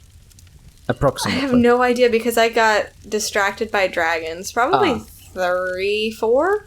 Something like that. But I go slow because I listen to all dialogue and I like to loot things. So, give or take some. So, possibly I'm assuming about 10 hours, the story? That sounds about right. Okay, Yeah, I would can imagine finish that's it probably... in one stink. Dang it. Yeah, and I would not suggest doing that for like a stream thing. Like, I don't like doing story too much on stream. Yeah. Because I can't multitask well. I need to do something that, like, okay, I can pay attention to, but it's like listening to stories, and I'm like, I have no idea what I just heard, like, at all. Yeah. And I didn't want to spoil it for people on console, so for my streams before console launch especially, I was like, I'm not streaming the main story, so you guys are safe. Like, you'll see the zone, but that's all I'm going to tell you. Right, because, yeah, we got the perpetual 2-week delay. Unfortunately. Which... I mean, you guys did a decent job beta testing this one. Yeah, I mean, we didn't... But, I don't know. We broke everything. You did break everything, which I appreciate you breaking everything instead of us having to do it. The only thing is, we have... I play on an original PlayStation. It's not even a PlayStation Pro. It's a mixed bag with the people I play with, whether they're on OG PS4s or PS4 Pros. It's been mentioned in chat from people playing on Xbox and stuff like that. Yeah, mixed results with stability on console. I have hard crashed more than I've hard crashed in like a long time, actually. No. The load screens are sort of better, but I'm not sure would I rather a longer load screen or needing to restart my game constantly. Like, so I'm also wondering if it's because we're all kind of condensed to the same couple of zones. Maybe that's screwing it up because, you know, when you jam everybody in the same area, I'm sure it causes more issues or whatever. But I don't know. The only thing that I have noted that I really do appreciate with the new Dungeon Finder is it doesn't ready queue you 400,000 times when all 4 of the people in your group are the people. So it doesn't constantly do that. We haven't had that happen once. It's just we ready up and then we're in. Like no issue. Yeah. So that's a definite plus, but I'm curious to see if more stabilization is kind of needed. Grizz in chat says console trash, PC must raise, join us already. Look, I wish Grizz. I was gonna say, just let me transfer my character and then we can group up again. Now, I have restarted twice, and it really isn't that bad. You get the hang of it after the second time. Well, to Grizz's point, what were you, like 900 on console? And then you were just like, all right, I'm done, and you went to PC and left us chumps back on the PS4. I've never made it a CP cap. I went to like 350 something on Xbox, and then because like I was back around with the vet ranks and all that, so I was 350 something on Xbox, and then whenever I went to PS4, I got to like 460 something, and now I'm up. I think I'm right at 600 now on PC. So I'm almost there on one platform. You can do it, Lotus. You can do it. Believe. Just join us. It'll be fun. Maybe I've got almost... I've just got to finish the AD storyline, and if I can finish Dragonhold, I will actually be content complete on the entire game. Which is a good time to switch to PC and start all over again. I will have 100%ed the game, so maybe I would consider it then. But I don't know if I can. Or you can do it like me. Once you switch, you don't do most of the quests, except maybe for some skill points, and just burn through your way to... I would watch football all Sunday and Dolman grind in a circle like an idiot, like during a double XP event. That would be exactly what I would do. It's like I have 112 Plague Doctor necklaces or something like that. Just like that would be all I do. We are almost 2 hours into a show, which is nice. Now, because Nice I slept for like an hour or two, even though the sun is rising, I can still continue. Pixie, you already said you were gonna stay up late and play Dragonhold. How about you, Lotus? How are you doing? Should we get into some lore? Yes, and I'm more sober than when we started the show, so I'm good. All right. Time to...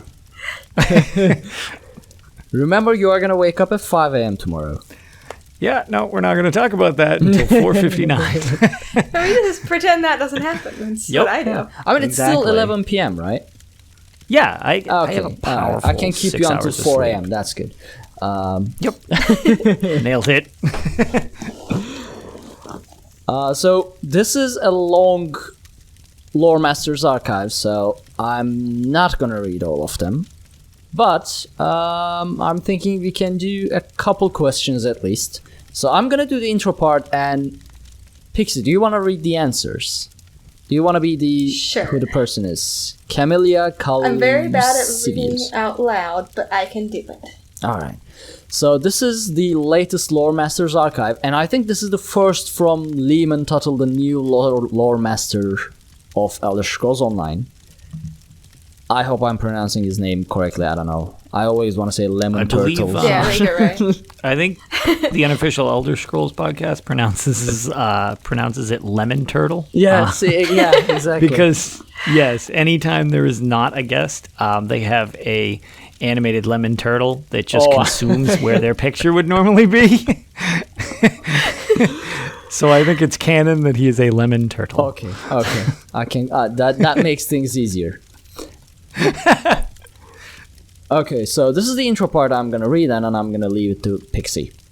Greetings, fellow scholars. I hereby call this lecture to order. I hope you'll forgive any outbursts of scholarly enthusiasm. It's just that I've waited ever so long to assemble this gathering of like-minded academics. You are all most welcome, and I will endeavor to provide detailed answers to every inquiry, perhaps an introduction to start. My name is Camellia Calcivius, something like that, arcane naturalist in residence for the University of Givlem. I'm also a member of the newly established Dragon Guard, or should I say re-established. Honestly, it hardly matters. While I have the utmost respect for the famed swordsman Sai Sahan, the army he's assembled strikes me as unconventional. To put it mildly, now, I'm no warrior, and even if I were, I would be loath to assault such majestic creatures as dragons, but spending time with the Dragon Guard has provided ample opportunity to study the creatures up close. I offer modest support for the Dragon Guard's research, and in turn, they allow me to accompany them on their hunts. I can scarcely believe my luck. Now I suppose that's enough about me. Let's start the conversation in earnest. Who's first? One thing, I really like that they do these in full in character instead of just Lemon Turtle giving answers to people. Yes. Alright, Pixie, up to you now. Alright. What prompted Calgron-Tid to split off from the bulk of the dragons in the northern lands if they were originally part of Alduin's kingdom? An excellent question. Let me begin by admitting that I'd never spoken with Calgron-Tid, so I can offer little more than supposition. As I'm sure you already know, dragons are conquerors by nature. All my research indicates that this thirst for domination is not unlike our thirst for water in a desert. They need to bring the world to heal. This drive to rule may have prompted Calgron-Tid's abandonment of the north. Personally, I would take the assertion that the literal world-eating Alduin reigned over Skyrim with a grain of salt. Nonetheless, dragons do reliably fall into natural hierarchies. In all likelihood, one dragon reigned over all the others, a king of kings. Was the supreme dragon the legendary Alduin? Perhaps, perhaps not. In either case, a dragon as proud and as powerful as Calgranteed would likely chafe against this chief dragon's hegemony. How can one conquer what already belongs to one's elder brother? I believe pride and ambition drove him to leave. Also, Elsewhere strikes me as a far greater prize than Skyrim. Which would you rather rule? Pristine jungles and dizzying plateaus peopled by one of Tamriel's elder races, or a frozen wasteland inhabited by meat-guzzling barbarians? Nords. I choose the former, personally. No offense intended to any Nords in the audience. Well, I am offended. Yeah, I feel attacked personally. He's basically so right here. Mr. Tuttle, our Loremaster, is saying that the Dominion zones are better. So I'm cool with this, but I can keep going. Wow. Okay, Mr. Lemon Turtle. Wow. Yeah. Your I'll wash first those insults Loremaster's down with some article, mead, and we'll talk about this later. You personally managed to attack me from several thousand miles in a completely unrelated question. I am upset. Mm-hmm. Oh man, he didn't stop either. Like I was feeling attacked at the very first sentence. Also, Elsewhere strikes me as far greater price than Skyrim. I was attacked there first, and I thought it would stop. It didn't stop until the end. Jeez, it got worse. Yeah. I think we know what alliance he plays for. Yeah, exactly. Well, I should have guessed by the name Lemon. Lemons are yellow. The signs were there. Yep. It's rigged. The game is rigged. One thing I wanna draw attention to here is that dragons are conquerors by nature. Almost all my research indicates this thirst for domination is not unlike our thirst for water in a desert. They need to bring the world to heel. That is some quality characteristic for a dragon. Right. Most of the dragons in other fantasy universes, they are they like treasure, or they are just arrogant. They don't have this need to bring the world to heel. I didn't know that. That's cool. Yeah, that's pretty cool. Yeah, I'm really liking this so far. It's also satisfying to kill them now, more so than it was before. You couldn't got me to heal. I mean, there is Parthenax, who's they mention a monk dragon. I'm pretty sure they're talking about that later on in the article. Yeah. But basically, they can't help it. So at the same time, I kind of feel bad for the dragons. I mean, they get brought back by Alduin later. Spoilers, but right. Yeah. Yeah. In case you haven't played the last game. Right. Spoilers for 8 years ago. I figured it'd be safe. It surprises me there are no known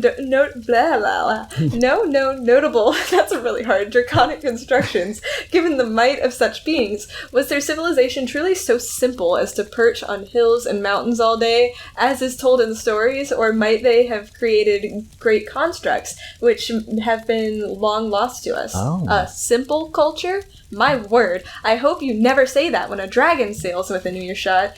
I would answer that question 3 ways. First, some scholars do contend that dragons built structures and smithed weapons in ancient times. These theories strike me as totally absurd, but I suppose anything is possible in the churning, timeless times of ancient antiquity. Second, what self-respecting rulers build their own monuments? Do you really think that Tatambu kings took up the pick and spade to build the stone wonders of Hammerfell? Or that Vivek swings a hammer in that gaudy city he's building? Certainly not. That's what a loyal workforce is for. The dragons ruled over countless thousands through their proxies and their dragon cults. Better to let the mortals toil in the stone and mud, right? Finally, you must recall how profoundly old the dragons are and how quaint the labors of mortals must seem to them. Just try to imagine. Dragons sailed over the face of Nirn before time had any meaning at all. They witnessed the birth of all that is. When you see hills and mountains, dragons likely see the majestic, exposed bones of creation itself. Can we honestly claim that an ancient castle is somehow superior to the sublime majesty of Tamriel's highest peaks? Perhaps you can, but I certainly can't. That makes a lot of sense. Like, from our humanoid perspective, why aren't they building stuff, but the entire Tamriel or Nirn is a building to them? Dang. Yeah, I guess that's what happened when you're like 45 times our size. So it's They must think we're kind of cute. Like, oh, look at the little ants. They're just digging their little holes. It means like nothing. Us two ants type of deal. Yeah. We could build an anthill a lot quicker than, 500 ants could probably build an anthill. It's like, dig, dig, dig. Okay, it's a hole, and here's a little mound of dirt. It's like, but that's of no use to us. So you did say you didn't want to read the whole thing. So do you want me to start skipping around here? I see that the next question is a small one, so let's do that as well, and we'll leave the rest for the next episode. Okay, so Legolas asks, the skeletal remains of Thorvokun were recently reanimated in the mines of Fanglair by the foul Black Marrow cult, his ancient bones used as a vessel for the soul of their leader. Does this imply that Thorvokun's own soul was devoured by a fellow dove at some point in the past, or could he rise again? Oh, thank the 8. A real question. The persistence of dragon souls remains a matter of intense debate. All my research indicates that the soul of a dragon persists eternally unless consumed. So, on that point, we are in agreement. As for this Thorvokun you mentioned, I can't say for certain. I've never crossed paths with one of these Black Marrow rascals, and I hope I never do. Honestly, I find it extremely hard to believe that a mortal necromancer could manipulate a dragon's soul, but it does invite some fascinating hypotheticals. For instance, if someone managed to pry a dragon's soul from its mortal remains, where would that soul go?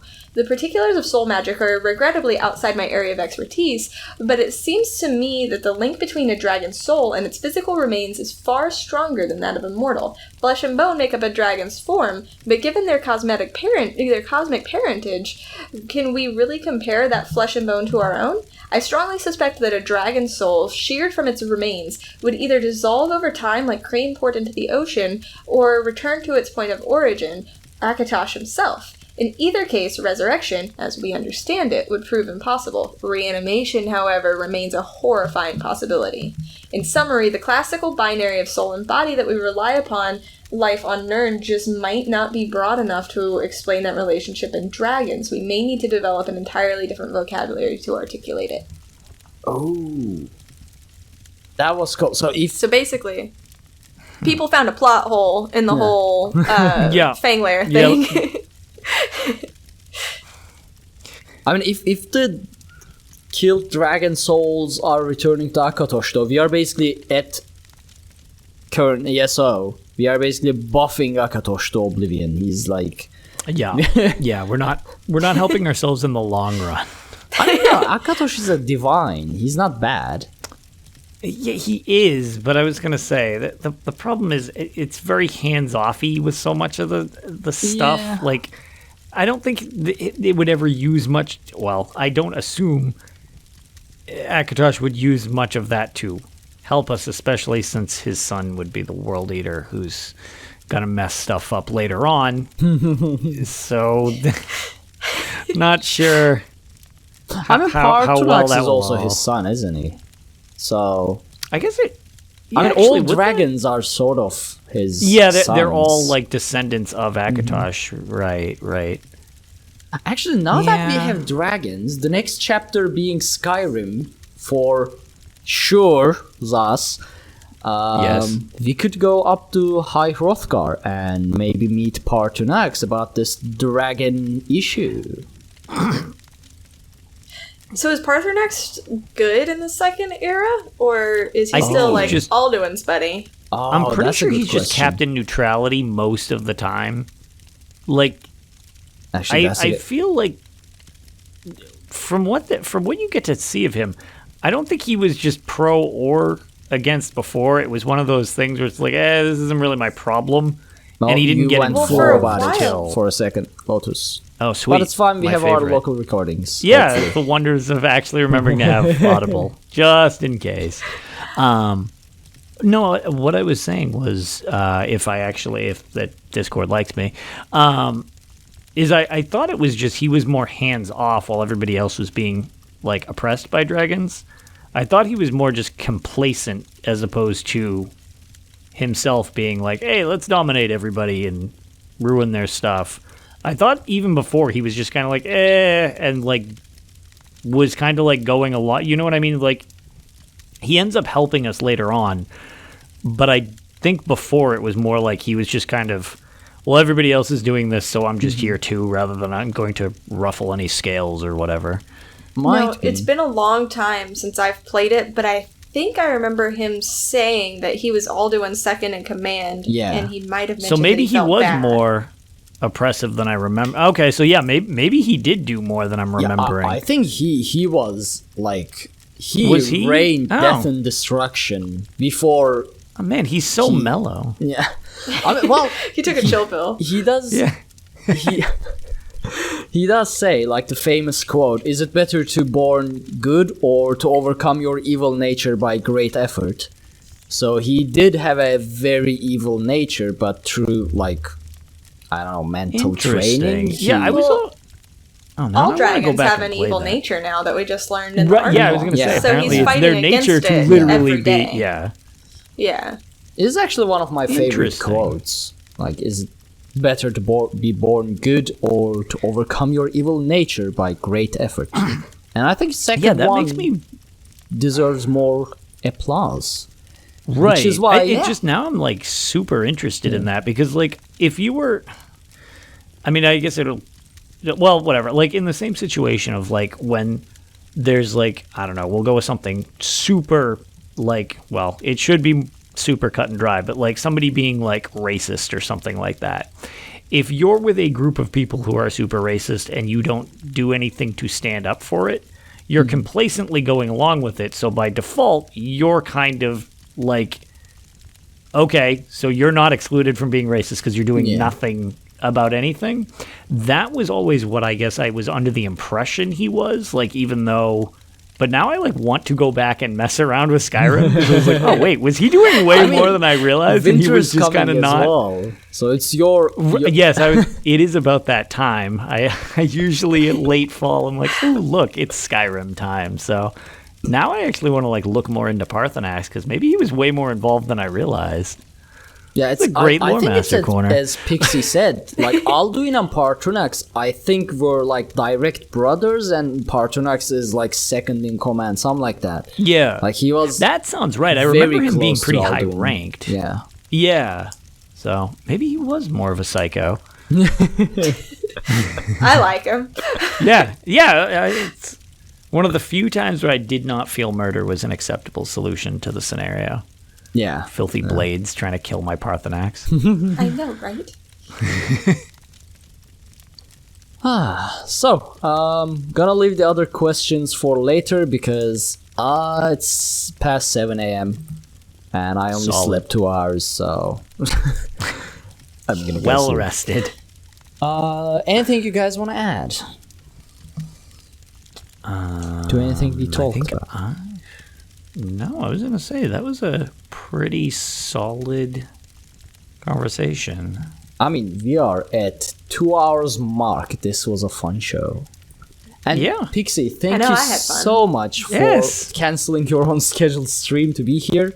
This was a Right? blast. This was fun. And anytime you want to hop back in, you want to cancel your stream, or you don't have a stream by other reason, or you just want to be here all the time, our doors are open to you now.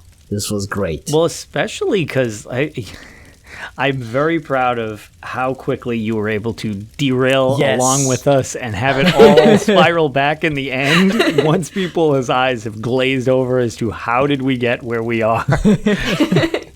I mean, even in people in chat were saying like, Oh yeah, she fits right in. She's derailing the entire thing. Oh yeah, no, there's several people that are like, oh wow, we are nowhere near the rails. It's like, we are not, and that's why it's all working. And we always found the way back because we have show notes, but Yeah, exactly. we came back around. We figured out how we got there. It was just a little strange. Yeah. It's fine.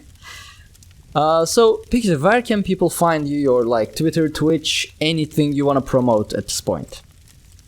So Twitch and Instagram are both HyperPixie Gaming. Twitter has some weird character limit thing, so it's HyperPixie Games over on Twitter.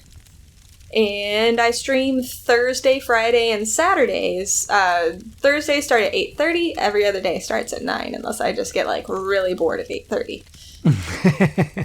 Yeah. Solid. We are gonna get rid of those Friday ones, though. I may just start like, unless it goes like 11. Even if it goes at 11, I used to stream until 1:30 on Fridays. Maybe I just There you do go. the podcast to you guys and then start stream afterwards. See? There you go. That There's might be always a working something way. out. Yep. And Lotus, what about you? I am Lotus of Doom on Twitter. I'm Lotus of Doom spelt with the 0 on Twitch, although I actually need to check something because Grizz sent me a message where for some reason my name got recycled. Which 0 though? Oh, yeah, the one in of. Touche. There might be a couple O's. Yeah, so the one in of, so it's directly in the middle. That would be a 0. The rest is spelt right, but that might not even be a thing soon. Yeah, I know. I'm going to go check on this, Grizz. So Grizz was screwing around with names, and it turns out my name, which has never existed, and nobody's ever had, including myself, seems like it might have been recycled through the algorithm because it's suddenly available when he was doing something else. Grab he was it. like, what the? Yeah. Grab it right away. So and then I don't need to, and then I'll probably just still say that it's with a 0 and send everybody to the wrong place anyway. So it'll be fine. But yeah, so I stream when I get the chance, and then usually my way of getting a hold of me is on Twitch. Twitter is the easiest way to get a hold of me. And what are we doing on the weekend? Yeah, of so should we go into 23, our 24 finale November? for? All right, so here is ideally not quite your final update because hopefully we'll have one more show before then.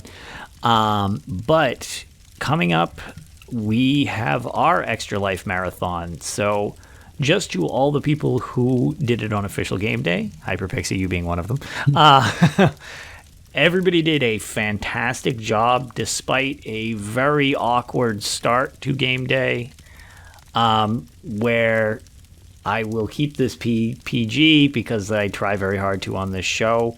But I hope the worst of things for the people who DDoSed the site at the beginning of the event. You guys are crap. But they got everything back up and running, and it didn't deter people whatsoever from streaming, doing whatever they were doing, and donating to the cause. As overall, there's already been $10 million raised this year, which is basically the end point at the full year completion last year. So that is amazing, and proves that even when people do horrible things like that, it doesn't stop people's goodwill, which is super awesome to see.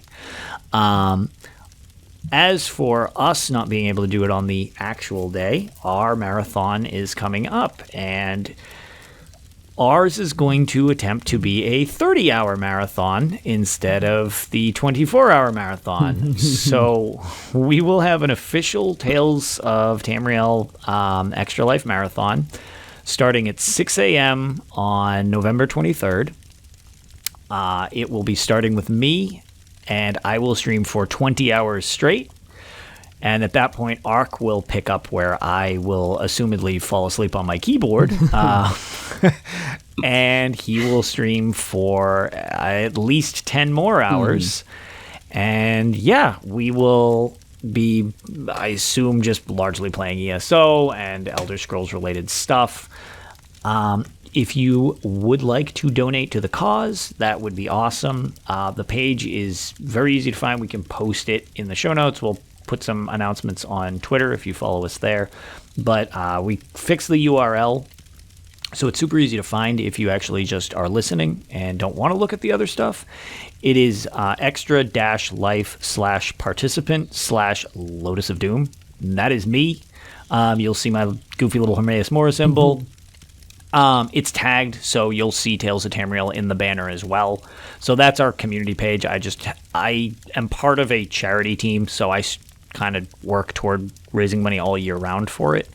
So it was already set up. So it's my personal page, but I'm gladly attaching it to the podcast so that we have more draw to it. And if you can't donate, that's also fine. If you want to just share or come hang out with us on game day, we will be live on our varying channels. So yeah, even if it's just coming and hanging out with us and keeping us awake, that would be pretty spectacular. That is actually quite important. Yeah, it gets rough after a while. Also, even though he's not here, Promethean will likely be by, since he plays on PS4, and he will be running dungeons as part of our Dungeons trial and PvP disaster that I'll be leading during the event. So if you want to come hang out with Promethean again, he will most likely be helping out as well. I think he was mentioning he's getting the day off so that he can help with the cause. And yeah, there'll be more updates to come, but that is our plan. We're going for a 30-hour marathon this year. should be interesting.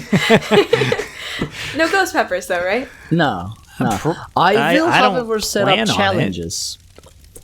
They will be Guar-related. Yes, which there was a lot of positive feedback when we did mention anything about possible Guar punishments. I forget who it was, so I apologize for not being able to shout you out. But whoever it was who made the joke of we should make Lotus play crappy Elder Scrolls games. Oh, wait, he already does that because there's something wrong with him, which was my favorite quote.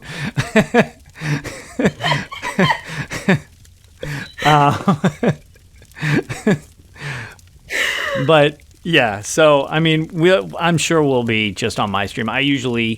We do not so much carries, but we'll group with people and do stupid challenges just because we tend to play like idiots. So it's fine to stream us playing like idiots, especially if we try to do things we know we'll probably not be good at. So I'll try to do some stuff like that to keep it interesting as well. But yeah, hopefully we get to see a lot of you there, even if it's just to hang out with us. I'll probably just run veteran DLC dungeons with pugs. I mean, if I can complete one dungeon every 5 hours, I guess I can get through one DLC. You can do one DLC, yeah. That'll be fun. I spent 6 hours and didn't even complete Vetlair and Marcelot the first time I tried. So. Oh man, that's rough. It's a rough dungeon though. Especially that. In my defense, tree fight. It was blind. Yeah. Yeah, the tree fight is awful. That's like the only reason we got through it is because our DPS at our guild, Drunkenborns, Ophelia Noir's guild, they are not normal. They are weird people, especially Geo. Yeah. He does like 3 people's worth of DPS, so he usually carries me through DPS checks. Well, also before I finish, I'm gonna give a shout out to Sir Tian Crumpet. He came by the stream the other day, and I mentioned that he likes the show and he still listens to us. So shout out to you, one of the best of ESO fam. Thank you so much for listening to us, and we love you, and we would like to see you more. Yes. That's it. The outro time. Hopefully, my breath and throat can handle this. You can follow everything we do over at dungeoncrawlernetwork.com. There you can find links to all of our social media, including Twitch, YouTube, Twitter, and Facebook. Not Instagram, because Pixie, just before the show, find an Instagram account called Tales of Tamriel, and they are not us, and we are not them. I'll actually contact them and learn who they are, because I'm curious. Just saying, T and Crumpet literally just joined the chat and subbed to us while you started. Like, right as we were... I just gave you a shout out, sir. We literally just talked about how awesome you were. You summoned him. Well, I'm glad I did. I mean, this is the outro, but we are glad to see you live. That was hilarious. You have a little surprise on the recorded version, Team Crumpet. Yeah. Where was I? Right. Be sure to check out our Patreon at patreon.com/dungeoncrawlernetwork if you want to help support the show, and consider leaving us a 5-star review on iTunes so people know that we are a real podcast, that we say real words, and sometimes it matters. Thank you all so much for joining on this episode of Tales of Tamriel, and we will see you next time. Have a good night, everyone. Bye. Bye.